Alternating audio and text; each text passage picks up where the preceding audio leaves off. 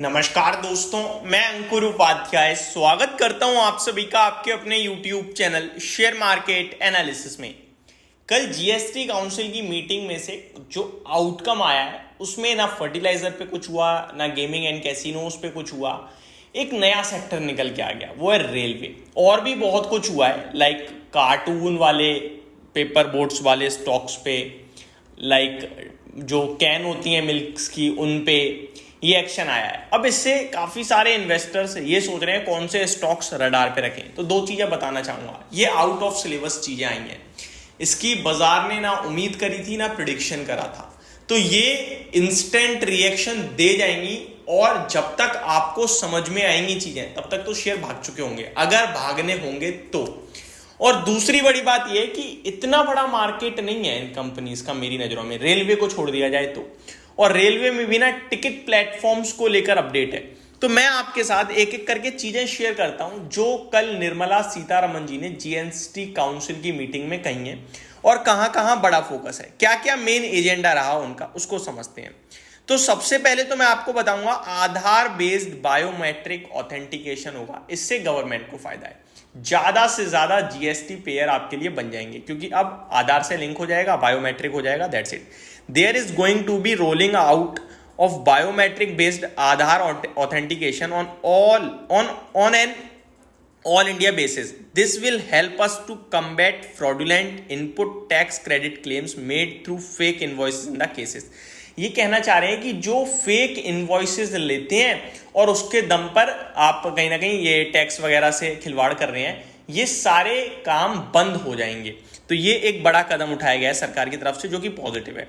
दूसरा है GST rate on milk cans. Can में जितने भी मिल्क आता है वो सारा 12% में आ जाएगा। A uniform GST rate of 12% was announced for all milk cans regardless of whether they are made of steel, iron और aluminium। इसमें से किसी का भी बनाओ 12% का लगेगा।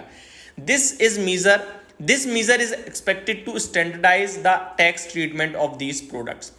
सबसे बड़ी एक और बात जो हुई है वो ये पेट्रोल एंड डीजल। आपको याद होगा पेट्रोलियम मंत्री पहले दिन ही एक्शन में आते ही कहते हैं कि हमारा फोकस है पेट्रोल और डीजल को जीएसटी दायरे में लाना। अगर आपको ये नहीं पता है कि पेट्रोल और डीजल जीएसटी दायरे में आएगा तो क्या होगा, तो मैं आपको शॉर्ट में बता दूं। अभी जो हमारे दिल्ली एनसीआर में पेट्रोल का रेट है वो अराउंड 96 to 100 समथिंग है पेट्रोल का, और डीजल भी इसी के आसपास है। तो सिंपल है, इसमें कम से कम कुछ नहीं तो 20 से 25 रुपए सस्ता हो जाएगा आपका पेट्रोल, यानी 75 रुपए करीब, क्योंकि हम एक्साइज ड्यूटी वगैरह काफी पे करते हैं। 35% के ऑलमोस्ट टैक्सेस पे करते हैं हम, जिसकी वजह से है।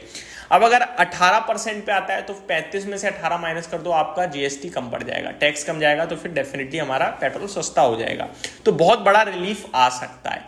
और इसको लेकर कल भी जीएसटी काउंसिल में जो आउटकम आया वो यही है कि भैया हम पूरी तरीके से फोकस कर रहे हैं, बस स्टेट गवर्नमेंट हामी भर दें तो जीएसटी के दायरे में पेट्रोल और डीजल को ला दिया जाएगा। बट ये प्रॉब्लम तो शुरू से ही है कि स्टेट गवर्नमेंट फोकस करती ही नहीं है, क्योंकि उनकी कमाई है उससे। तो कहा कल भी है, लेकिन होगा नहीं होगा इस पे भी सवाल है। आगे बात करें अगर, तो आगे आपके लिए जो फोकस होता हुआ देखा है हम सभी ने, वो हुआ है दोस्तों रेलवे पे, इंडियन रेलवे सर्विसेज पे।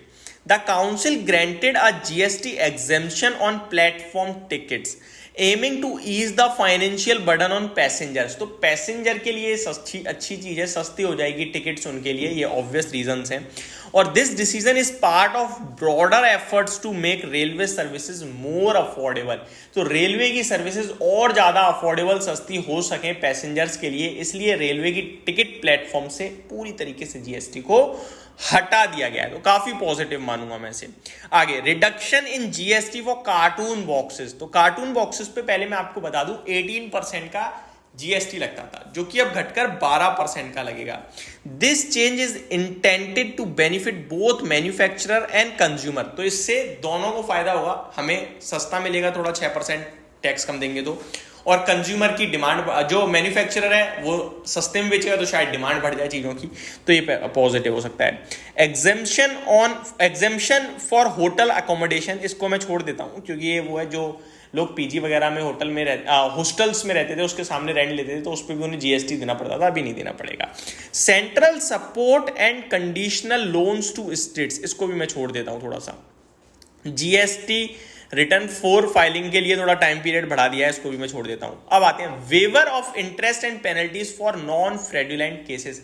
देखिए अभी तक क्या है कि टैक्स डिमांड नोटिस आता है, आपको पता है टैक्स डिमांड नोटिस कितनी सारी कंपनीज को मिलता रहता है। पहले क्या है, ये मिलता था बट कंपनी दिखाती नहीं थी, बट अब सेबी के नए रूल के अकॉर्डिंग इन्हें जैसे ही डिमांड नोटिस आएगा आपको स्क्रीन पे फ्लैश करना पड़ेगा, इन्वेस्टर्स को शेयर करना पड़ेगा। तो अब स्टॉक्स उस पर रिएक्शन भी दे देते हैं कि भैया इतना डिमांड नोटिस आ गया है। हालांकि बहुत रेयर होता है कि डिमांड नोटिस को पे करें ये लोग, क्योंकि क्या है वो केस लड़ते हैं और फिर वो मामला रफा दफा हो जाता है छोटे मोटे अमाउंट के साथ। बट यहाँ पे एक आ गया है कि आपको जो जीएसटी डिमांड नोटिस मिलता है उस पे इंटरेस्ट जो बनता है वो छूट दे दी जाएगी अगर आपके केस में कोई फ्रॉड नहीं हुआ है, कोई फॉल्स स्टेटमेंट नहीं दिखाई गई है, तो आपको वेवर मिलेगा इंटरेस्ट पे। तो ये एक काफी पॉजिटिव है, जिन लोगों को GST demand notice time to time मिलते रहते हैं उनके लिए अच्छी चीज आ जाएगी एक तरीके से माना जाए तो। New monetary limits for filing appeals, तो इसको भी मैं भी छोड़ देता हूं। तो ये कुछ बड़ी बातें थी जो मैंने आपके साथ डिस्कस करी हैं। अब इनसे रिलेटेड क्या है, स्टॉक से रिलेटेड, तो रेलवे में प्लेटफॉर्म टिकटिंग का है। मेरे को नहीं लगता कि कोई भी स्टॉक इससे फोकस में आ सकता है, केवल IRCTC को छोड़कर। तो यही एक स्टॉक होगा मेरे को लगता है जो फोकस में आ सकता है। बाकी कंज्यूमर के लिए बेनिफिट है, ऐसा कुछ नहीं है कि कोई बड़ा स्टॉक फोकस में आएगा। दूसरी बात, कार्टून बॉक्सेस वाले स्टॉक मेरे दिमाग में नहीं है तो मैं उसको आपके साथ डिस्कस नहीं कर पाऊंगा। उनके लिए अच्छी चीज है क्योंकि जीएसटी सस्ता हो गया और कंपनी और कंज्यूमर दोनों के लिए अच्छा है। बाकी मिल्क कैंस, डोडला डेयरी वगैरह वो फोकस में नहीं आएंगी मेरे को लगता है। हेरिटेज फूड भी आई थिंक आ भी सकता है, नहीं भी आता, क्योंकि वो भी एक डेयरी प्रोडक्ट ही बनाते हैं। तो ये मेरी तरफ से आपके लिए डिटेल्ड वीडियो थी, होप आपको सारी चीजें समझ में आई होंगी। Thank you so much for watching this video, have a great day guys.